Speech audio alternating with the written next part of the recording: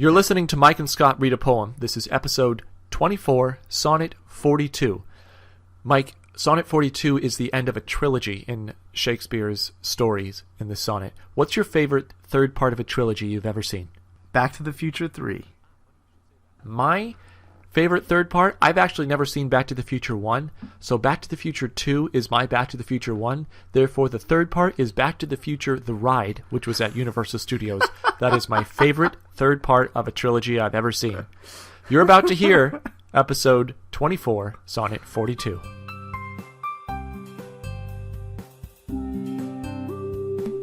Okay, here we go. Go. Noisy neighbors, noisy neighbors, noisy neighbors.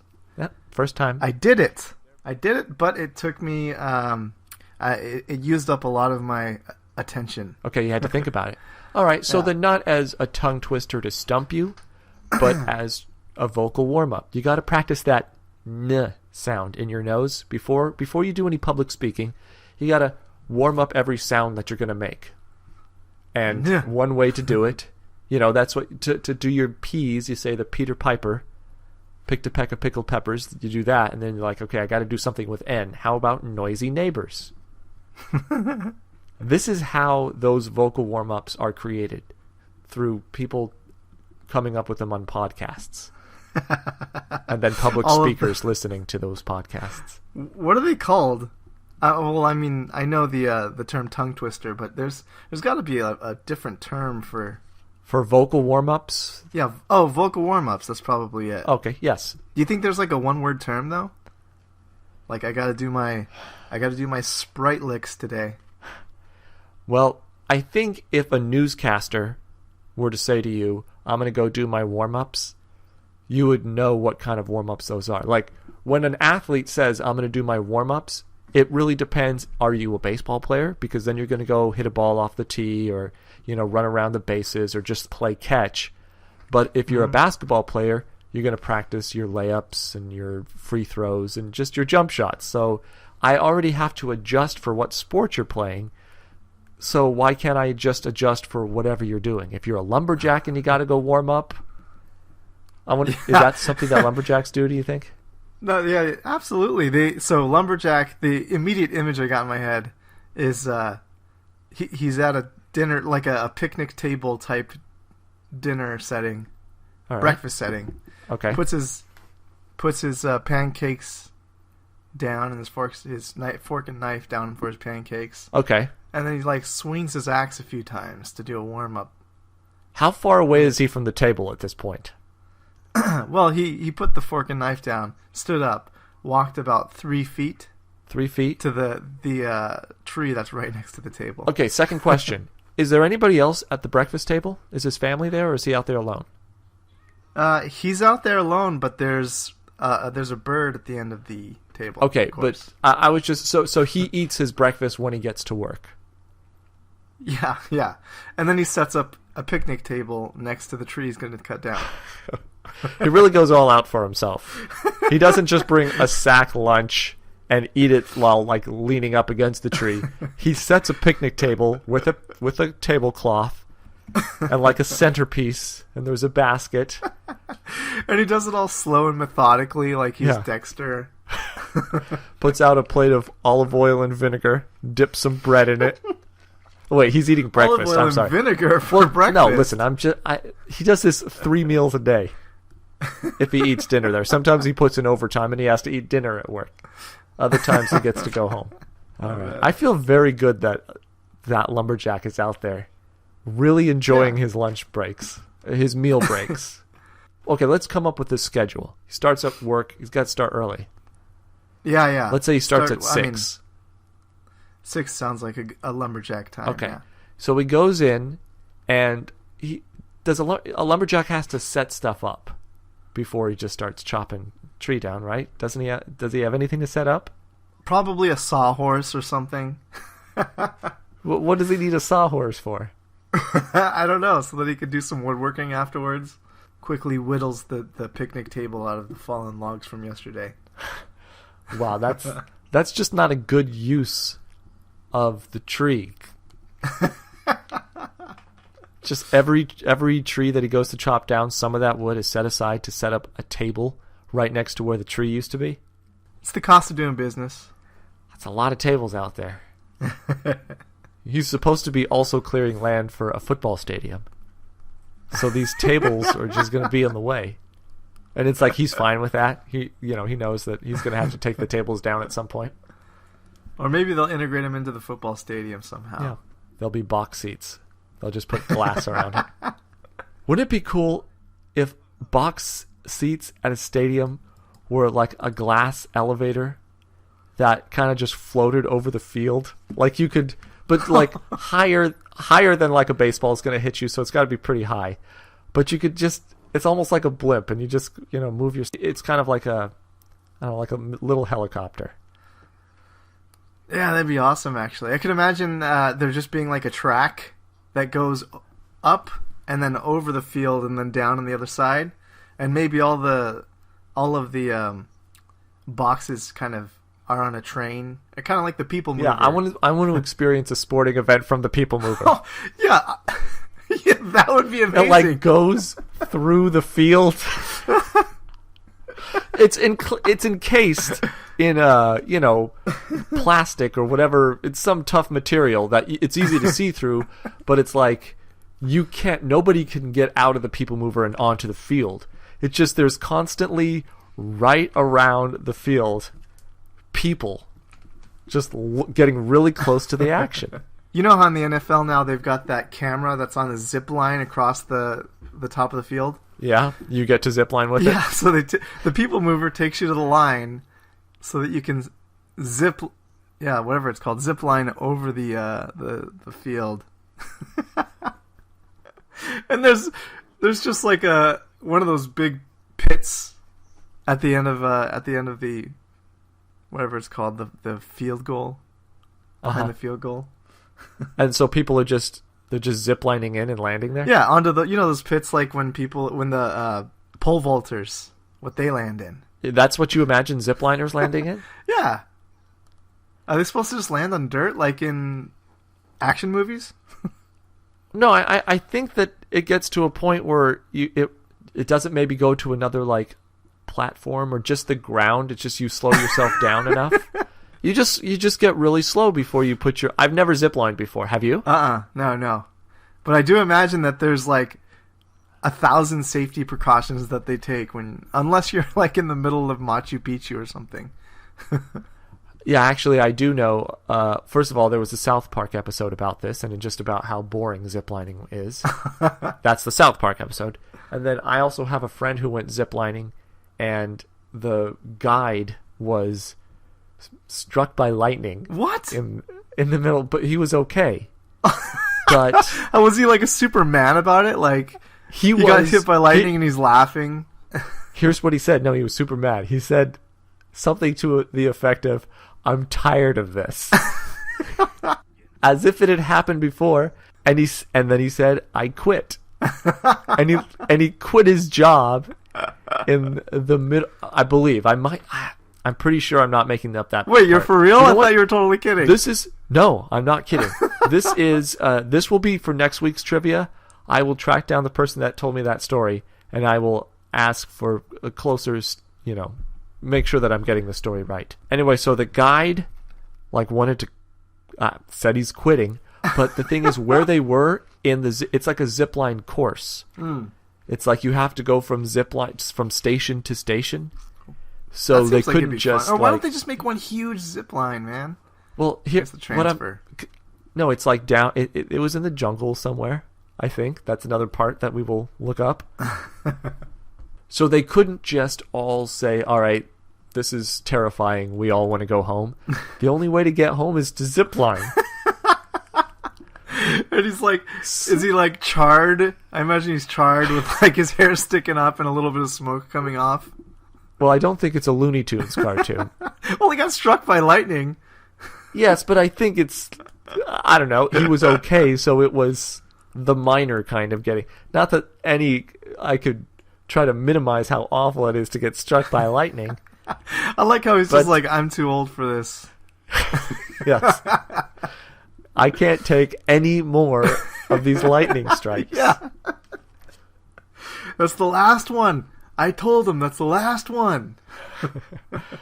But then the end of that story where everybody who was in, there was like, I don't know, 18 or 20 people part of that group, and they're all jazzed in the beginning, like, yeah. And then at this point, it's like, I just want to get home. I just imagine him like as fast as possible. If the course is like, I don't know, six zipline stations long, I imagine they're at the third, and they get down there, and he's like, I'm getting too old for this. I'm taking off. I quit. And he just hops up on the zip line and zips like way faster than anybody else can, abandoning everyone. Yeah. And then there's other stations where there's like 2 zip lines, like there's a fork in the road, and they're like, what happens if we take the left one? Why did our guide leave us? We have no way. And we weren't allowed to bring our cell phones. We all cheered about it in the beginning when they were like, hey, no cell phones allowed. We're going to live in this moment. We'll be in the mountains. No form of communication. Yeah. That'd be nice, actually. So no cell phones, no guide. And here's the other thing. One of the people in your group is going to get possessed. I thought you were going to say one of the people in your group has the Black Plague. We found a strain. We reinvigorated it and brought it here in a petri dish for this experiment. I was trying to add one more element of suspense for you're on a zip line, you're stranded by your guide, nobody knows how to get home, and then one person in the group has to have some evil secret to add more suspense. So it's like a game of Clue on the zip line. Yeah. Or maybe, no, you bring up a good point. Maybe all 20 people should have some dark secret. And it becomes like, and then there were none, the Agatha Christie book, where one by one, each of them dies. Oh, man. And so you're like, who's the killer? Or one by one, they get murdered. Did you read that? So yes, I read it. And there's quite a twist at the end, I might add. What's it called? Maybe I'll check it out. And then there were none. Oh, okay. All right, zipline. So that's for next week. I still really don't know how they land, though. If they land in a pit, as you were suggesting, or if you slow down enough to where you can just eventually put your feet on the ground. Oh no, you actually go through the uprights, and every time somebody goes through the uprights, the ref has to put his arms up, like it's good. No, I'm talking about a real zip line. How do you end the ride on a zip line? Oh, yeah, I've got no idea. Do you really think it's a pit? Although, you know what? Okay, I have seen in Las Vegas, there's a zip line that goes straight across, and it's crazy fast. I think at the end, there's just a pole with a pad around it, and they kind of hit that pad, and there's a guy there to receive them. Didn't they have the same kind of zip line on American Gladiators? Well, everything in American Gladiators was padded. Man, I would be so bad at American Gladiators. No, you run, right? I mean... Well, I'm in shape, so I could run away from them for a while, but I have no weight behind me. That would be tough. We'd make a good team, because I'd be able to push... What were the names of some of those guys? Turbo? What there was... Would people ever team up against the Gladiators? It always felt like the Gladiators were teaming up on them. Yeah. No, there was never any teams, but... It's like, we want you to do this difficult thing. All right, that's going to be hard. Also, there's going to be 2 or 3 gladiators chasing you. Yeah. It's going to get dark for a second, but let me tell you something. Here we go. Sometimes it is hard to be proud to be an American. Mm-hmm. There are things that this country does that... make me question, I'm just an American, because I happen to be born here. Okay, I don't have to go any deeper. Sometimes it's just hard to love America. But sometimes it's hard to profess your love of America publicly. No, I'm saying sometimes it's hard to you mean actually identify it in yourself. Okay. That's true, too. Yeah, I went darker. Okay. But now I want you to picture ancient Rome. Mm-hmm. Pretty awesome civilization, right? Yeah. They came a long way. They built great things. They seem very civilized. Think about what happened to their gladiators. There were slaves. They were murdered. They were just they didn't expect to live past the next fight. Yeah, just awful stuff. Was it? I mean, I've never really studied up on Gladiator. But you've history. seen the movie Gladiator. Well, I've seen the movie Gladiator, so that's what I was wondering. Is completely that pretty true. accurate? You know, Like they're it seems. No, they really did. they're pulled around in have- cages and stuff, and they're in. Yeah, they really did die in these gladiator fights. Yeah, but I mean And the I- way that they were treated, because it would be nice if they were treated like, you know, samurai or something, where it's the most honorable thing in the society. Sure, but they weren't. Yeah, but They they were- were like in Gladiator the movie, they were treated like trash. Yes. That sucks. Right. Yes. So that's not good, right? Think how awesome America treated its gladiators. We gave them a TV show. We cheered for them. Oh man. Great theme song. That's the country that I'm proud to be. Tonight, I could say, just based on gladiator treatment alone, I am proud to be an American over an ancient And Roman. I'm proud to be an American.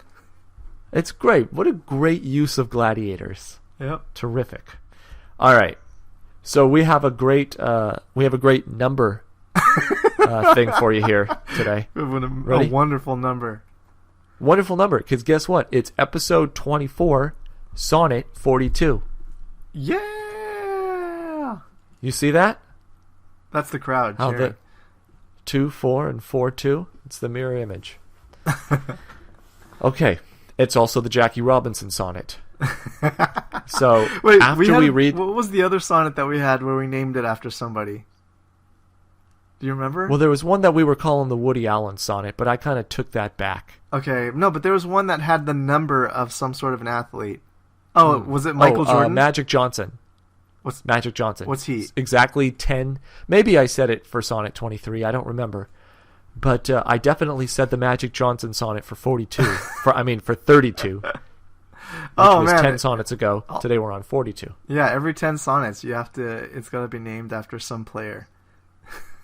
Well, I can't think of a famous number 52. 52. There's got to be one. Yep. Well, we could look it up. Maybe that'll be our trivia question for 10 sonnets from now. All right. We'll see if we remember that. So, okay, Sonnet 24, episode 24, Sonnet 42. Let's just jump into the sonnet. But actually, we're kind of in a cold streak. Our past couple of weeks, we've always missed something major in the sonnet. So let's do it tonight. Let's bring it. No more fooling around. Let's figure out every single line of this sonnet. You read it to me. I'm about to really pay attention. We're going to get through this, buddy. Let's go. On Mike and Scott, read a poem. Sonnet 42. That thou hast her, it is not all my grief, and yet it may be said I loved her dearly. That she hath thee is of my wailing chief, a loss in love that touches me more nearly. Loving offenders, thus I will excuse ye. Thou dost love her, because thou know'st I love her, and for my sake even so doth she abuse me, suffering my friend for my sake to approve her. If I lose thee, my loss is my love's gain, and losing her, my friend hath found that loss. Both find each other, and I lose both twain, and both for my sake lay on me this cross. But here's the joy, my friend and I are one. Sweet flattery, then she loves but me alone. Dun dun dun. I pretty much have it, Yeah, except the very end. really. Yeah, we got him this week because we knew exactly where this story was going. Next week, I have no idea where it's going to go after this, but it told us that sonnets 40 through 42 were about the fair youth stealing one of Shakespeare's lovers or fooling around with one of Shakespeare's mistresses. And Shakespeare finds And out. Shakespeare finds out and says, "You've ruined two things, my relationship with you and my relationship with her." And here he's doing that thing again where he says, it's not all your fault, you're beautiful. He says some different things throughout the sonnet, but he's talking about this again, and I'm just not quite sure what this... He's trying to reframe somehow the triangle in the very bottom. So I'm going to have to sift through that, but he's trying to claim that there is joy in something where you wouldn't think there was joy. Something like that. But I'm excited. All right, let's We're going to get this. hop right into this. By the way, how do you think Shakespeare found out? We don't really have much clues to go on, so it's more speculation than anything else. But Yes. how would you like Shakespeare to have found out? I'm thinking by them being completely honest. Like, hey, Oh, like, I This is love you so happening now. much, I have to tell you what I did? yeah, That's probably pretty accurate. It seems like it, just from the type of relationship we've read that they have, although this is all from Yeah. Shakespeare's point of view. What if Shakespeare was just a jerk? yeah. He's a better writer than them. Yeah. If they would have if they had something to say, they could have said it. Maybe they tried, but hey, we're not doing a podcast about them. So we get Shakespeare's point of view. And here it is. That thou hast her, it is not all my grief. Okay. And yet it may be said, I loved her dearly. So that thou hast her, so you have her in some way, in a sensual way, we're assuming. Mm-hmm. It is not all my grief. Does that mean it doesn't make me the saddest possible? Yeah. It's not all my grief. I ain't that mad, Yeah. It doesn't destroy me. but I did love her. Loved her dearly. Yeah. That she hath thee is of my wailing chief. So the fact that That she loves him back, yeah, so his lover loves the fair youth. I'm wrecked. Yeah, that's my wailing chief. I like the format of that. Chief meaning like Yeah. my chief complaint or chief, like my top thing that I'm... My number one. So he's saying Yeah. my wailing number one. A loss in love that touches me more nearly. Okay, so Hurts me more. This hurts me more. he feels like his lover doesn't love him anymore. A loss in love? Yeah. That's not necessarily true, right? She can love more No. than one person if Shakespeare can. Maybe Shakespeare's just telling us the plot right now. He's saying that she doesn't love me anymore because she loves you. And even if that's not true, it's what Shakespeare feels. Sometimes it feels like people don't love us. Even though they really do. It's just, I don't know. You just feel like they don't. You know, this is the first time that I'm realizing this, but Shakespeare was cheating on everyone. No, not necessarily. Because he didn't necessarily have a physical relationship with the fair youth. That's disputed. I guess that's true. But, you know, being emotionally in love with the fair youth, that's cheat-worthy, isn't it? The thing is, listen, when I first met you, you were just a kid, man.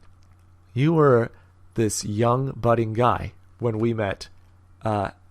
Here's a plot twist. Mike and I met working at the same restaurant. That's how this podcast came about. We were working in the same restaurant. Anyway, you were just this young guy.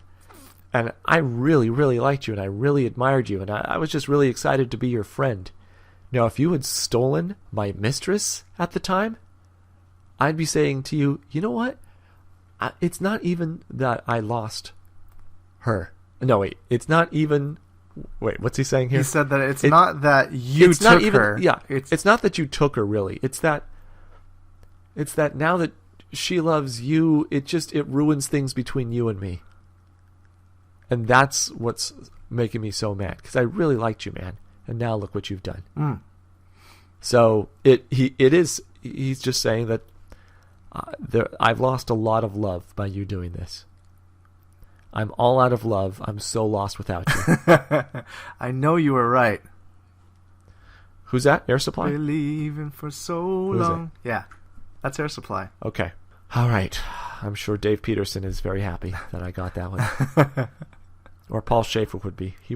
Paul Schaefer likes Air Supply. You know, Conan O'Brien is the one who introduced my buddy Davis and I to who Air Supply even is. We'd never heard of them until he always did that song, like, as a joke. Like, saying that he's a nerd. He'd be like, I'll be just in my room listening to Air Supply. I'm all out of love. I'm so loved. I got it. I could really picture Conan doing that. That was very nice. You really painted that picture for me. That was awesome.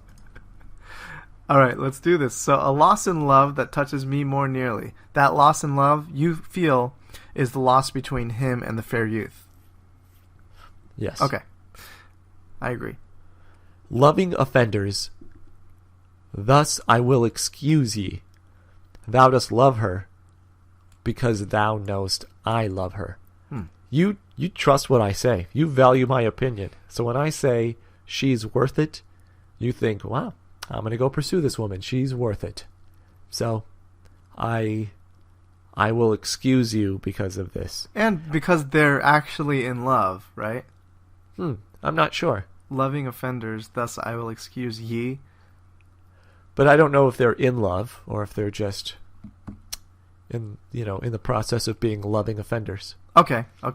That they're people who, offended him, but they're also his lovers.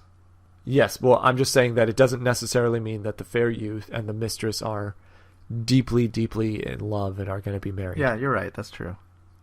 And for my sake, even so doth she abuse me, suffering my friend for my sake to approve her. Well, he rhymed her with her, first of all.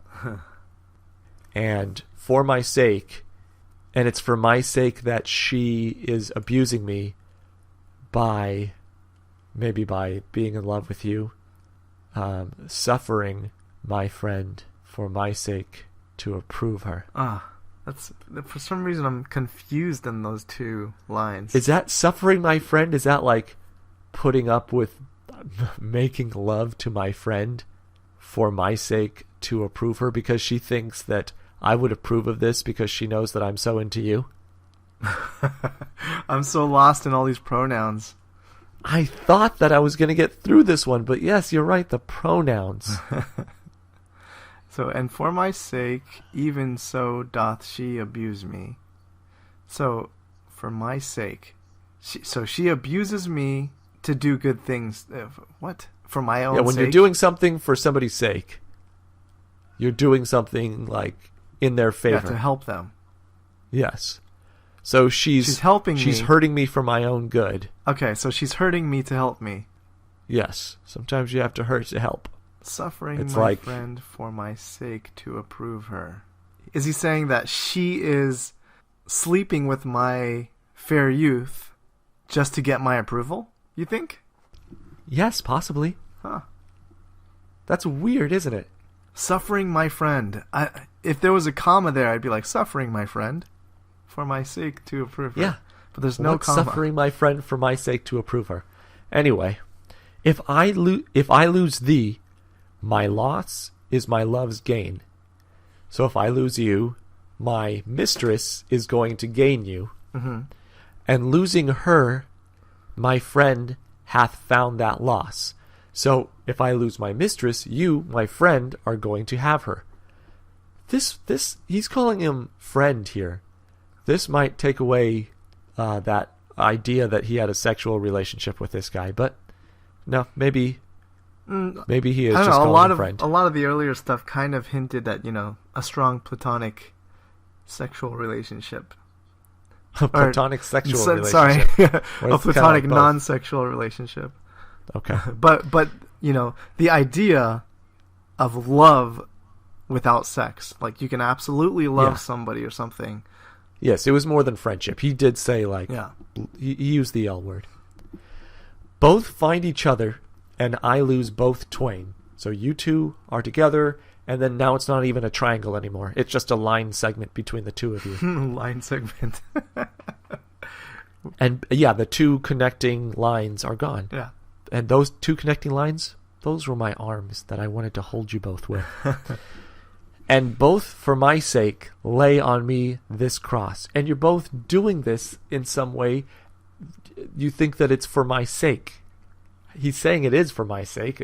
Oh, so you're both you're both saying that you're helping me, but it's not really helping. Yes, it's putting this burden on me. But here's the joy. My friend and I are one. Sweet flattery that she loves but me alone. She digs Shakespeare and is not that into the fair youth. That's what he's saying, right? Or is it that my friend and I are one, so we're the same person, so it doesn't matter if you're loving me or loving him, you're loving me. No matter what you do, I win. I think you hit the nail on the head there. That's perfect. So it's like Obi-Wan Kenobi saying to Darth Vader, if you strike me down, I'll just become more powerful. So either you don't strike me down, and then there's this Jedi Knight running loose, trying to blow up your Death Star, or you strike me down, and I'm even more powerful, because now I can talk to that kid over there and make him the most powerful Jedi of all time. So decide, which one do you want? Oh, you want to swing your lightsaber at me? Boom. Track number 2, Empire's gonna fall. Yeah, this is the Obi-Wan Kenobi sonnet. Obi-Wan Kenobi sonnet. I like the interpretation there at the end. I didn't see that at first, but it's like, all right, yeah, it sucks that, I'm losing a lover and I'm losing the fair youth, and you two are getting together. That's whatever. But look, man, she only likes you because you're like me. But you and I are one. We are so connected. Oh, is that what it is? Okay, so she likes you, and so basically it doesn't matter if she's with the fair youth or with Shakespeare. He's still happy. That's what he was saying a little while ago about don't be my friend in public because I get my joy from your joy. So you and I are one. So I have this mistress.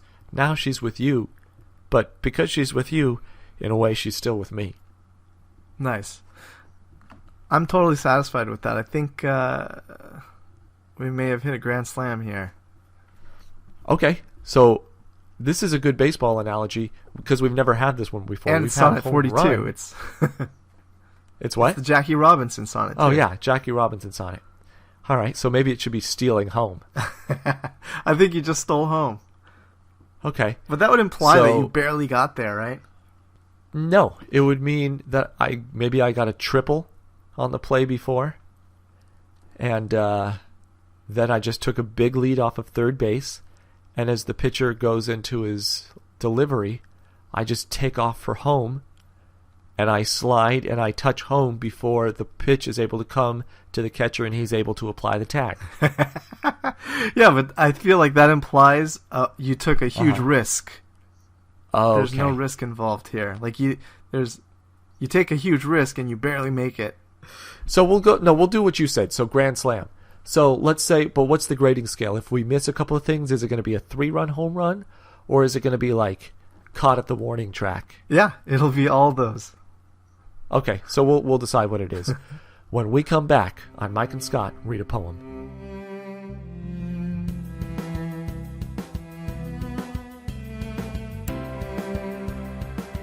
Yep. So he kind of inserts himself in there, going like, the reason he's into you is because he knows I love you.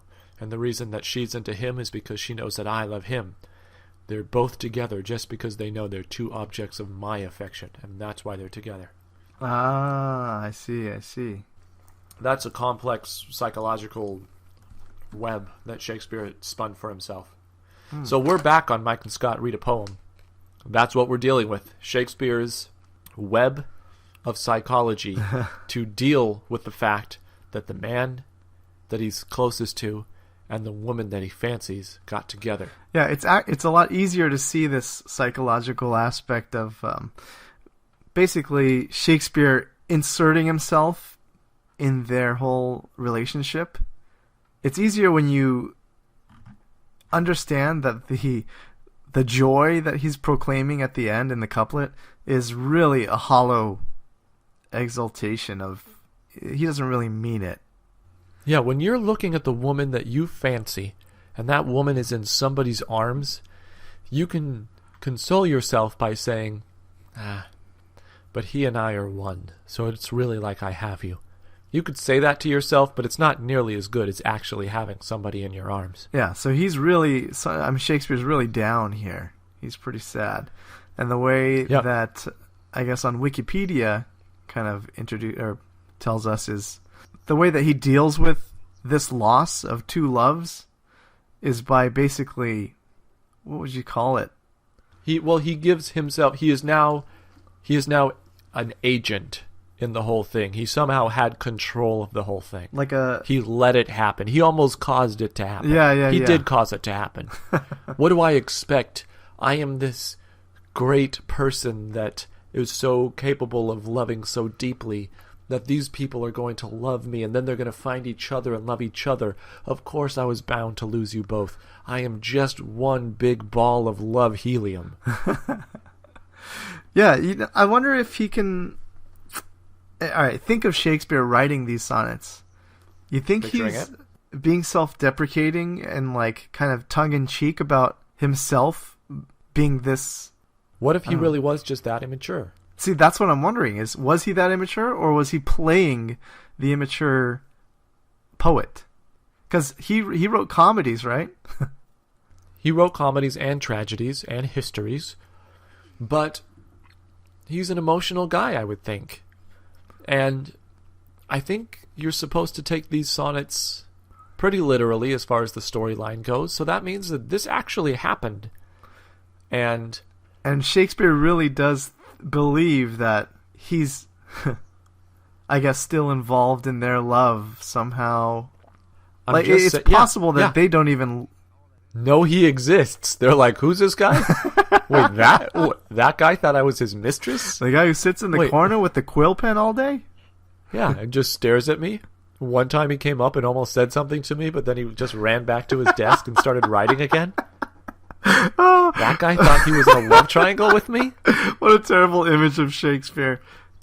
It's almost disrespectful.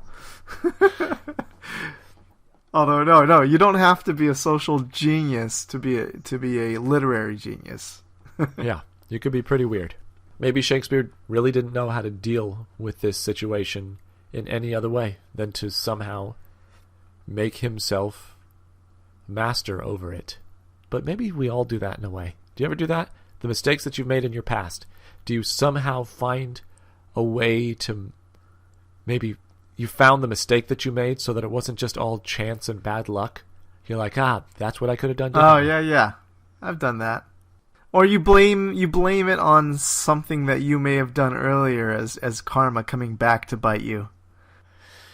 I don't think of it as karma as much as just the chain of events that followed. Like, I set up the dominoes in a way. Oh, fate. But not in a mystical sense. If I would have tied my shoes that morning, I wouldn't have tripped and cut my knee. Not that this is one of the great stories of my life. This never happened. Although there was one time that I just got cleats to play soccer, and I was really young, and I didn't really understand terrain yet. So I was running on the front lawn, kicking a soccer ball, and then I ran towards the sidewalk, and they were like, no. And I didn't know what they were talking about. Yeah, 1 foot on the sidewalk, and down goes Scott. Big scrape. Did you cry? I think, I'm pretty sure. I don't remember crying, but you had to have. Money's on crying. Especially if they were your first time in cleats, you're all happy. And then just finally taking that emotional drop from 100 down to 0. Way down. -5. That is enough to make a boy cry.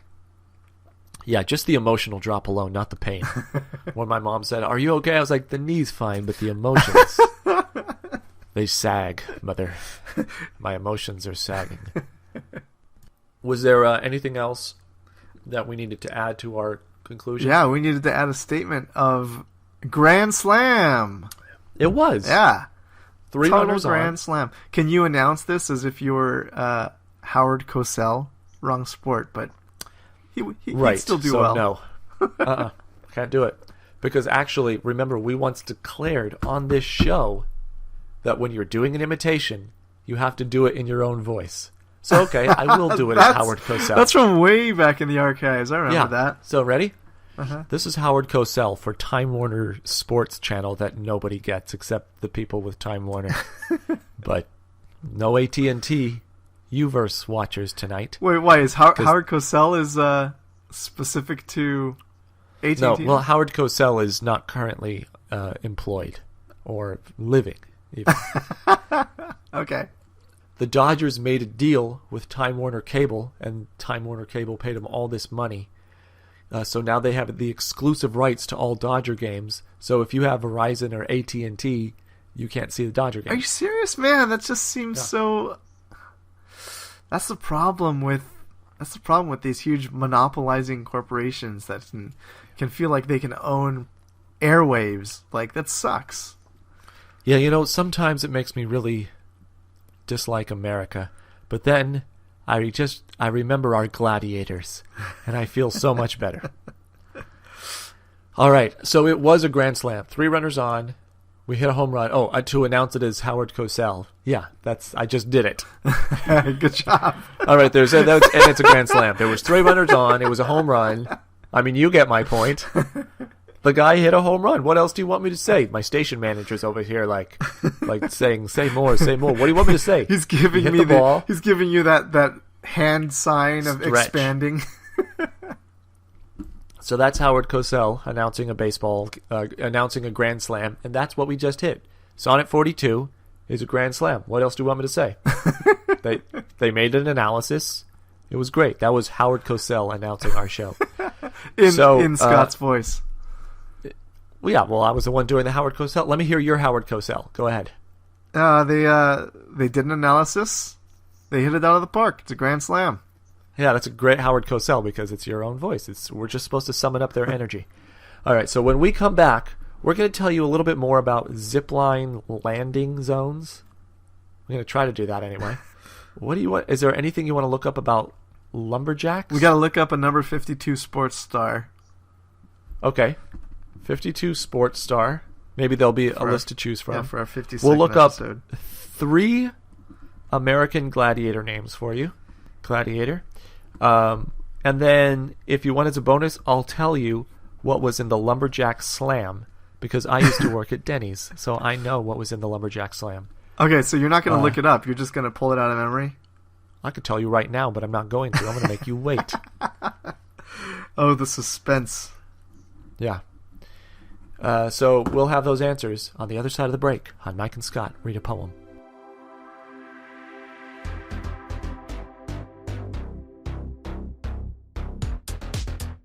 Should I say what the video name is, or do you think I should just allow this video to have its privacy? Say what the video is. We're back on Mike and Scott Read a Poem. I watched a zipline video. The YouTube video was called The Girls and Their Zipline Ride at Camp Alfredo. Here's the thing, Mike. This video had 18 views before I watched it. Now it has 19 views. But this You're is the the video. 19th person to see this video. Or I'm the second person. Yeah.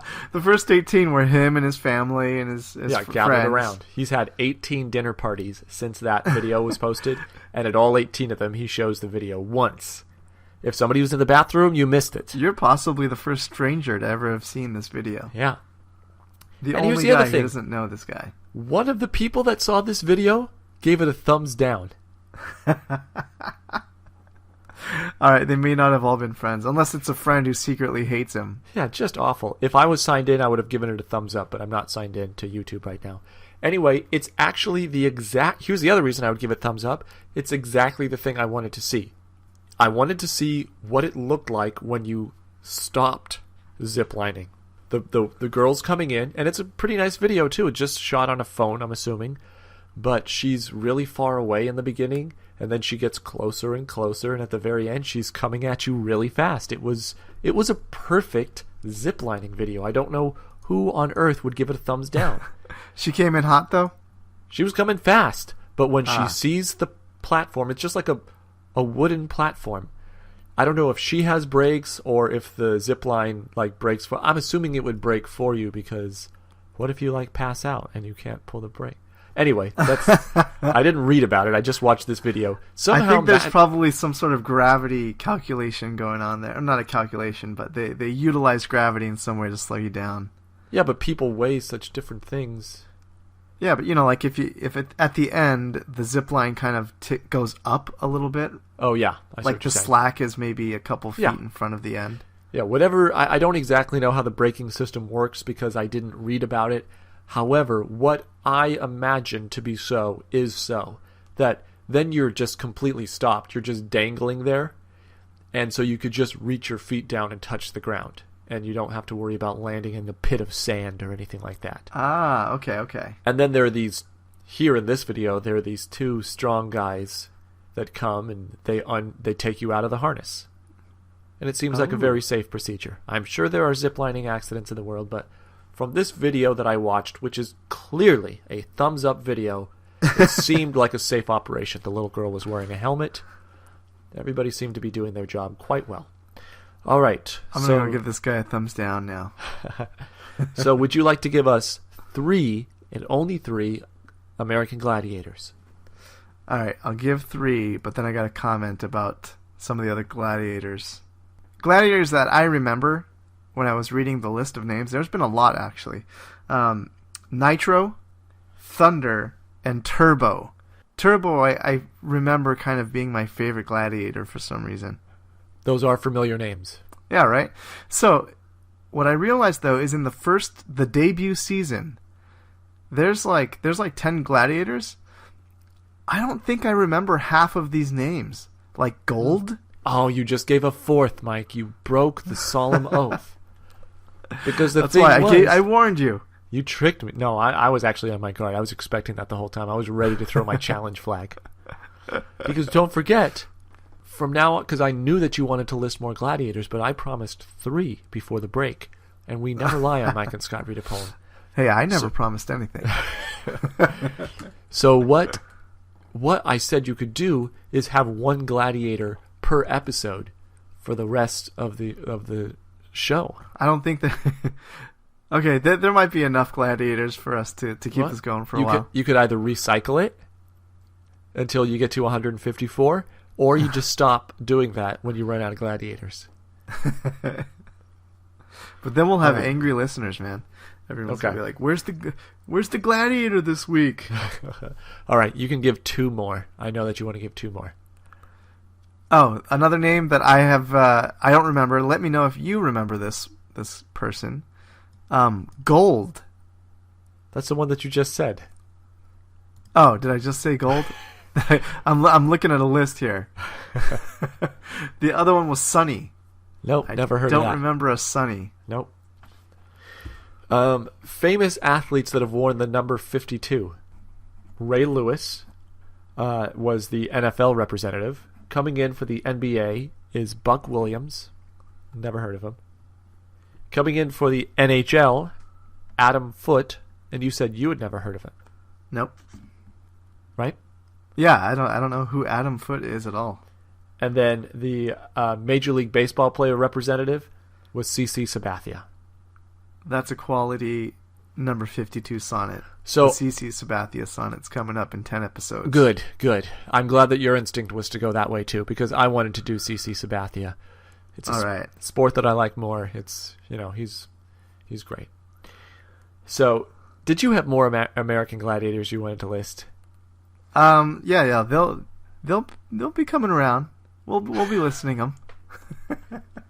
I just thought that maybe you wanted a little more instant gratification. No, I got enough. I wanted to just get Sunny and Gold off my chest because I have no idea who those are.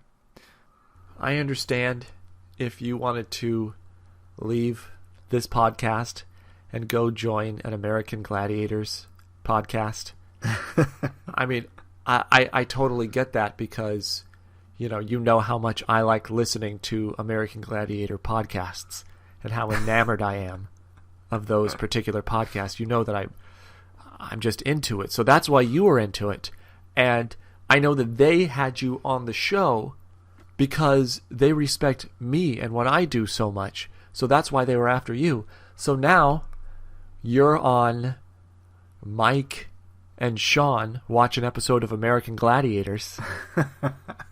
Which would be a great podcast, by the way. And, you're doing great over there. And it hurts me in 2 ways. 1, because I just can't even listen to that podcast anymore. And 2, now I can't have you on this show anymore. I'm sorry, man. This is it. This is the end of the line. We're done? We're through? I just don't think that you could be on the show anymore. But I love American Gladiators because of you. I guess it's kind of like you and I are one. So it's almost like Mike and Sean and Scott watch an episode of American Gladiator. And just as long as that's true, you know what? I think that from here on out, Mike and Scott can continue to read a poem here on Mike and Scott Read a Poem.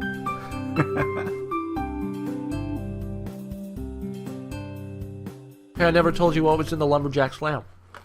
Oh yeah, what's in the lumberjack's lamb? 2 pancakes, 2 pancakes, 2 eggs, eggs, 2 bacon, 2 sausage, slice of ham, with ham. hash browns, Oh man, and a side of toast. Oh, you're not done with your carbs after your pancakes? How about some toast? What kind of donut would you like for your dessert?